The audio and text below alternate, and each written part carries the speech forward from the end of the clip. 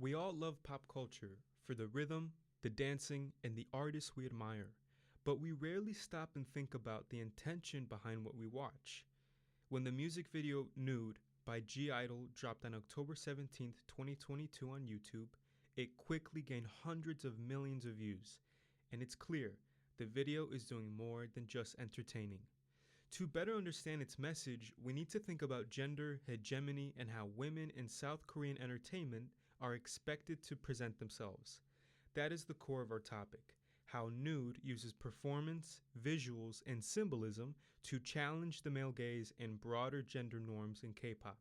So, how does Nude connect gender dynamics with social critique? That's what we'll be exploring in this video essay.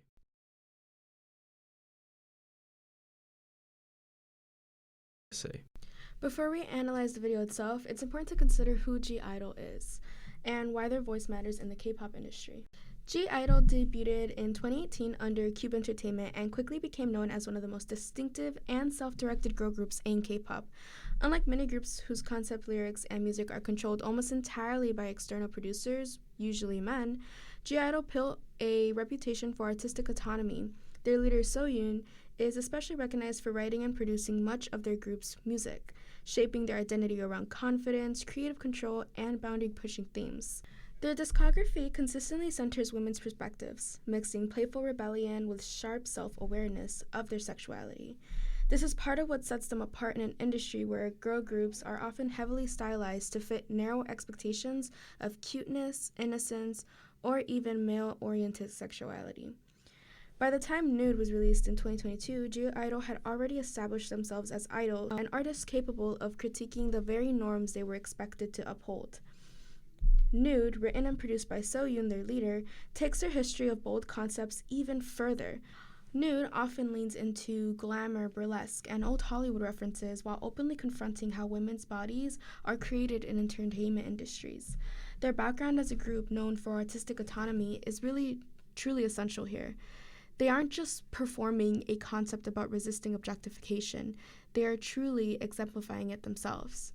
This context makes Nude not just another comeback, but a deliberate statement from a group with a track record of challenging gender norms. Understanding (G)I-DLE's trajectory helps us see how Nude fits into the larger project of reclaiming narrative power in a system that often limited women's voices. To understand how we will analyze Nude, we need to start with a foundational concept that shapes the entire discussion: hegemony. Jeffrey Weinstock defines hegemony as the way dominant groups maintain power, not through force, but through cultural norms that come to feel quote-unquote natural or common sense. In other words, people internalize these ideas without questioning them, which allows unequal power structures to continue. This matters for our project because gender expectations in pop culture often operate through hegemonic norms, what society silently accepts as the quote-unquote way things are. Recognizing hegemony is instrumental to help us see that gender representation in Nude is not just entertainment, but part of a larger cultural conversation about who gets power and who is restricted by it. Now that we have this context, we can look at the tools Weinstock gives us. In Chapter 3 of Pop Culture for Beginners, it's a helpful source because it explains semiotics, which is the study of how signs and symbols create meaning in a clear, accessible way. He shows us that pop culture is full of signs we interpret automatically, and by slowing down and analyzing them, we can uncover the deeper messages those signs communicate. This, too, is essential for understanding because Nude relies heavily on imagery, symbolism, and visual cues that shape how the audience understands the group, femininity, and empowerment. One of the most important tools Weinstock gives us is the gender lens, which comes from feminist theory. This lens focuses on how societies reinforce gender inequality through expectations about how men and women quote-unquote should behave. Weinstock reminds us that cultures with long histories of male dominance often limit women's roles, opportunities, and self-expression. This gender lens ties directly to Nude, where the group challenges stereotypical images of femininity and questions who gets to define what a woman should look like. Weinstock also explains that gender is shaped by both biology and culture. He uses everyday examples like clothing, hair, shoes to show how we read these signs as meaningful.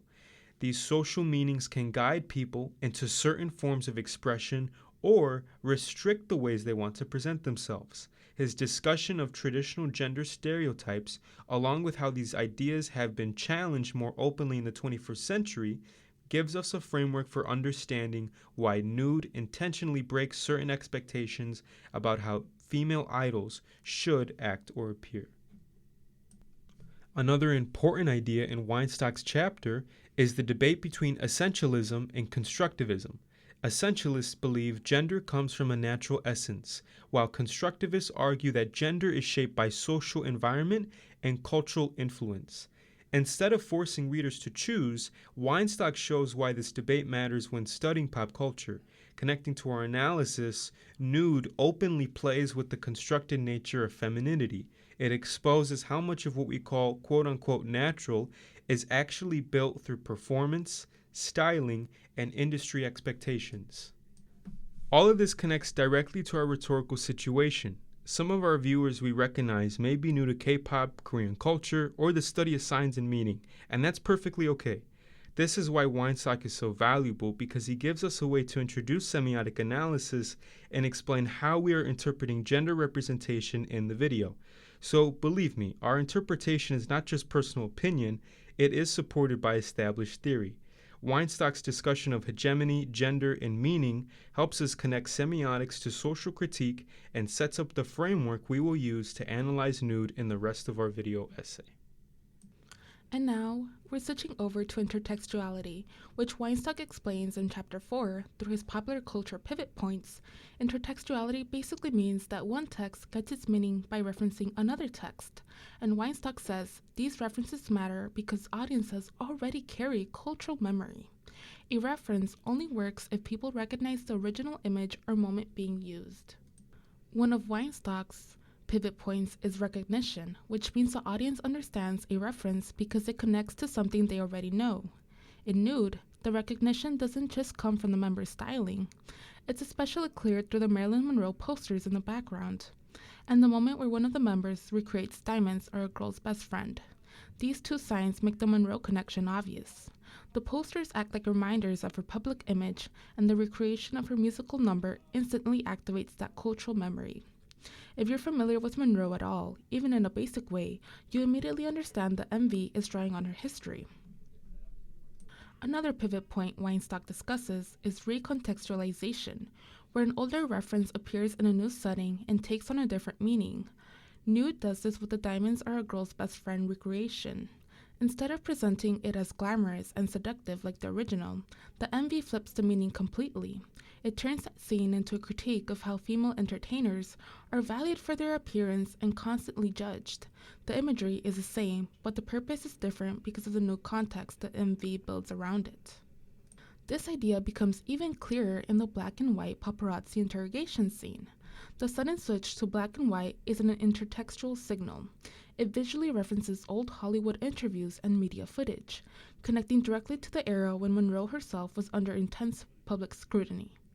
The members look uncomfortable and stressed, which mirrors how women like Monroe were interrogated, questioned, and pressured by reporters. The black and white filter places viewers in the past, showing that the criticism and emotional toll Monroe faced still follow women in entertainment today. This connects to another one of Weinstock's pivot points, audience interpretation. Depending on who watches the MV, the black and white scene can bring up thoughts about surveillance, paparazzi culture, or how female celebrities are constantly evaluated. By linking that emotional reaction to Monroe's experiences, the MV directly compares old Hollywood pressures to the pressures placed on K-pop idols now. Through these pivot points, Nude uses intertextuality not just for style, but to challenge the long history of objectifying women. The Monroe posters, the diamonds are a girl's best friend recreation, and the black and white interrogation scene all work together to transform familiar images into a critique. The MV shows that even though decades have passed, the pressure on women in entertainment remains incredibly similar. By reworking Monroe's image, Nude exposes how the public gaze has shaped and controlled women and how artists today are trying to reclaim that narrative.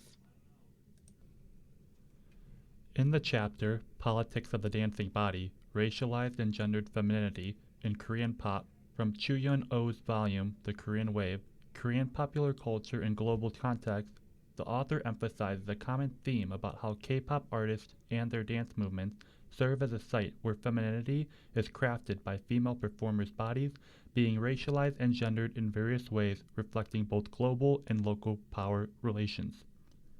By examining this concept, Oh consistently reveals how the K-pop entertainment industry produces an idealized feminine body dancing that is visible through their appearance, dance movements, and song lyrics. The music video Nude, performed by (G)I-DLE, perfectly summarizes the point of female artists utilizing their bodies to expose the hegemonic concept of the male gaze, which functions to elevate male superiority by presenting women as objects to admire. Throughout the performance, the members of (G)I-DLE routinely call out the male gaze by using aesthetic choices that highlight how women are being sexualized in the entertainment industry, but then tease this by refusing to comply with the expectation that women participate in this idea. According to the chapter written by Oh, hence, Girls' Generation's increased visibility empowers the male audience by sexualizing themselves as cheerleaders do, and reinforces female objectification by self-internalizing the patriarchal notion of being look-at-ness. Oh 57. (G)I-DLE takes a complete 180 turn from embracing the traditional patriarchal norms in society as displayed in the previous quote. Adding further to this idea, we can explore the choreography and lyrics of the music video. For example, the choreography exaggerates sensuality to the point of satire, and the song lyrics are exposing the viewer's assumptions and reclaim authority of female body autonomy. Overall, Nude poses a critical message that is aimed towards breaking down stereotypes and pushing back against gender/cultural norms that have existed for generations. This message is that the music video is not celebrating the concept of nudity and female artists acknowledging the importance of obeying the male gaze.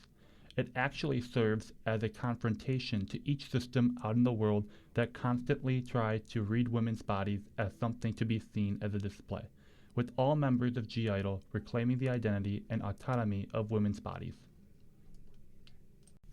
To truly grasp how nuanced Nude is, we need to look at a larger picture of the structure (G)I-DLE is reacting to. In this case, the K-pop industry. In the literary work by Liz Jonas, Crafted for the Male Gaze, Gender Discrimination in the K-pop Industry, she reveals that the industry has systemically discriminated against women through various mediums like hypersexualization, infantilization, and a lack of autonomy. Girl groups, she explained, are often designed by male producers, directors, and executives to fit a narrow set of controlled concepts that often appeal to the male gaze. Often, they're centered in androcentric lens in the industry, to say the least. Jonas describes how women in the K-pop industry are pushed into small ranges of roles, cute, sexy, or hip-hop, and are usually shaped to satisfy male fantasy. Choreography will often include female idols touching their waist and chest. Girl groups are also expected to remain innocent and pure, creating a contradictory demand that they both be sexually appealing and childlike. Jonas also describes the triple shift female idols face: constant performance on stage, endless fan service and filming off stage, and intense surveillance in their private lives through no dating clauses, curfews, and online criticism. Not to say this is the case only for female idols, but it is very prevalent to say the least. Their labor is treated as replaceable and often less valuable. Many girl groups disband quickly, and women who marry or have children often see their careers end, while male idols can continue performing at times. This is what makes Nude so important. Jonas notes that women in K-pop rarely control their own concepts, yet (G)I-DLE is known for writing, producing, and leading the concept for Nude themselves. This means they are not just performing a critique, they are creating it from within an industry that usually silences women's creative voices. When Nude reclaims nudity as a symbol of agency instead of objectification, it directly challenges the norms Jonas describes that hyper-regulate women's bodies, limit their autonomy, and value them only as commodities. In other words, nude doesn't exist in a vacuum.